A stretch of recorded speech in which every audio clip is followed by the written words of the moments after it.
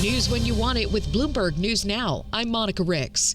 President Trump went on a bit of a shopping spree this fall. Bloomberg's Ed Kalegi explains. President Trump has continued his purchases of municipal and corporate debt this fall, including bonds of companies affected by his administration's policies. New disclosures posted Saturday by the Office of Government Ethics show that Trump's purchases of at least $82 million include bonds from Netflix, United Health Group, Boeing, Meta Platforms, Home Depot, Broadcom, and Intel, of which the U.S. government acquired a stake under his administration. Trump also purchased municipal bonds from U.S. cities and local school districts, utilities, and hospitals. Ed Kalegi, Bloomberg Radio. Leaders in Brazil say the tariffs are still too high. Goods like coffee, beef, and tropical fruits like bananas and pineapples will still face a 40% tariff in the U.S., despite President Trump's recent move to reduce some import taxes.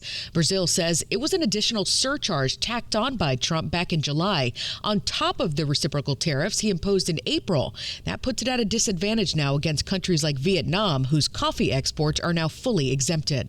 The U.S. government still working to reschedule economic data releases impacted by the government shutdown, but there will be plenty for investors to watch for in the week ahead. Here's Bloomberg's Karen Moscow. The week begins with a report on Empire Manufacturing and comments from Fed Governor Christopher Waller, as well as New York Fed President John Williams. Tuesday, we get earnings from Home Depot, and Wednesday, NVIDIA. Market expectations are high after NVIDIA recently became the first company to hit a $5 trillion market cap. The Fed also releases minutes from its October meeting, shedding light on an unusual split among policymakers after a decision to cut rates by a quarter point. Thursday, we get existing home sales and earnings from Walmart, and consumer sentiment is out on Friday. Karen Moscow, Bloomberg Radio. People in Charlotte, North Carolina are protesting the arrival of federal agents now as part of President Trump's expanding immigration crackdown in Democrat-led cities. Carlos Maga lives in nearby Concord and says people are afraid to leave their homes. It's terrifying to pretty much know that at any moment a federal agent can just come out and abuse you just because of the way you look. Border Patrol says it's taking bad guys off the street, but Charlotte's mayor says it's causing unnecessary fear and uncertainty. President Trump's not dropping his plans to sue the BBC over how his January 6th speech was edited. They cheated. They changed the words coming out of my mouth. The president threatened to sue unless he received an apology and compensation from the broadcaster. And the BBC did apologize, but says it won't pay. Trump says he plans to call British Prime Minister Keir Starmer this weekend and file the suit next week.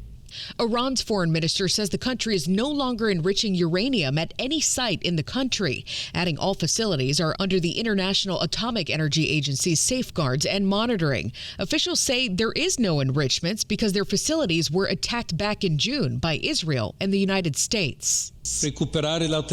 Pope Leo welcomed Hollywood to the Vatican this weekend, including directors Judd Apatow and Greta Gerwig, and actresses like Cate Blanchett.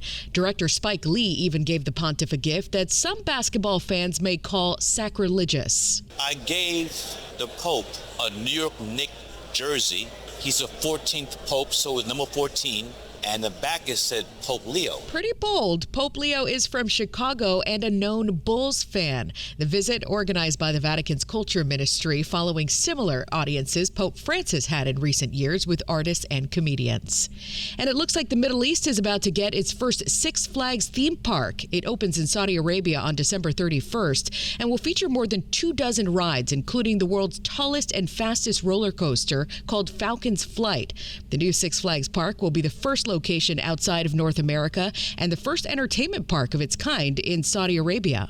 And that's News When You Want It with Bloomberg News Now. I'm Monica Ricks, and this is Bloomberg.